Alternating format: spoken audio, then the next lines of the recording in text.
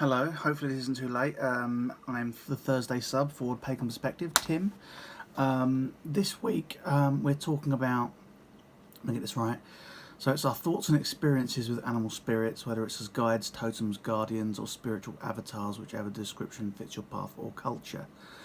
As far as specifically working with animal spirits, I haven't really explored that as part of my path or in any other way, to be perfectly honest. However, thoughts or experiences, well, I do have thoughts, path or culture. As you might be able to tell from my Harry Potter-esque accent, I'm English. If the Ravens ever leave the Tower of London, Britain will fall. Lots of people know the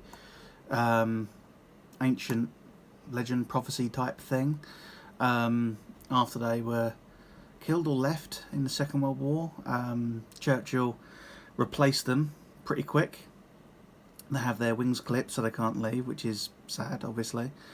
I only found out recently that the reason for this legend is that the head of Bran the Blessed is buried under, supposedly, according to legend, the head of Bran the Blessed is buried under the Tower of London.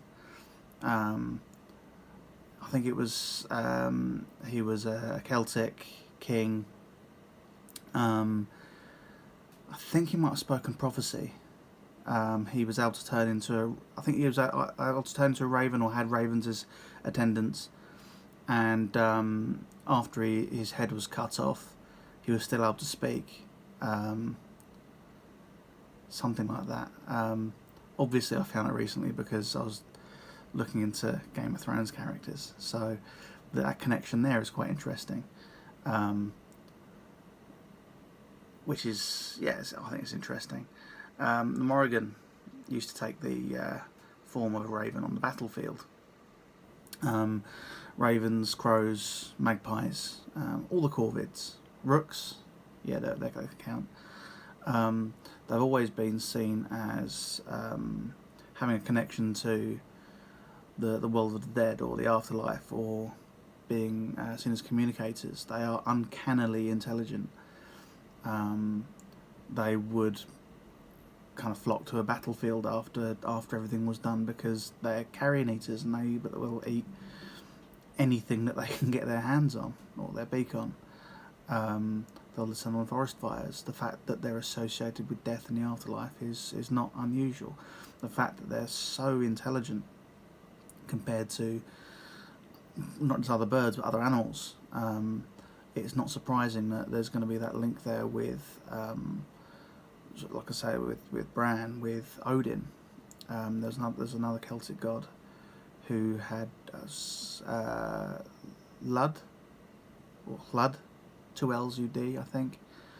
A Celtic artisan god or god of creativity, something like that. He had 2 that attended him.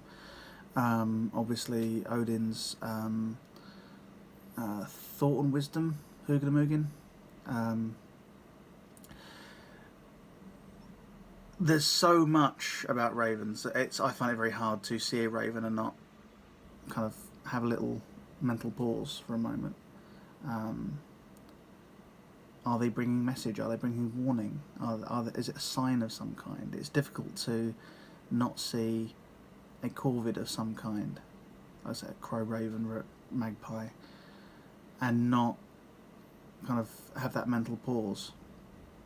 So, like I say, I don't work with any spirit animals or kind of mythical creatures, but I think corvids probably fit. I mean, there's a lot of mention of them in myths and legends and associations with particular deities. The fact that they are, even from a purely secular point of view, they are amazing animals. I think they probably do. I personally, from my perspective, would see them as being almost having this kind of crossover between animals that you just see about the place, mythical creatures, spirit guides. I've definitely had that momentary kind of, okay, let's pause for a moment and think. More often over the last, I'd say maybe 6 months or so. I was camping in Avebury for the summer solstice, and I was in a friend's garden, who's like inside the stone circle, which is amazing. Yeah, I was quite pleased with this. And there's like a church next door. It's been turned into a visitor centre a few years back, but there's crows nesting in the roof, and I think the two buildings next door as well. And it's like kind of lying there and just listening to them. Kind of obviously my everyday. Oh, obviously my everyday dogs. Absolutely love dogs, but crows are always going to have that special place. Anyway, apologies for that WhatsApp noise. But yeah, hopefully this video isn't going up too late. Time differences between me and Thursday main host, but this should be up before Friday's video.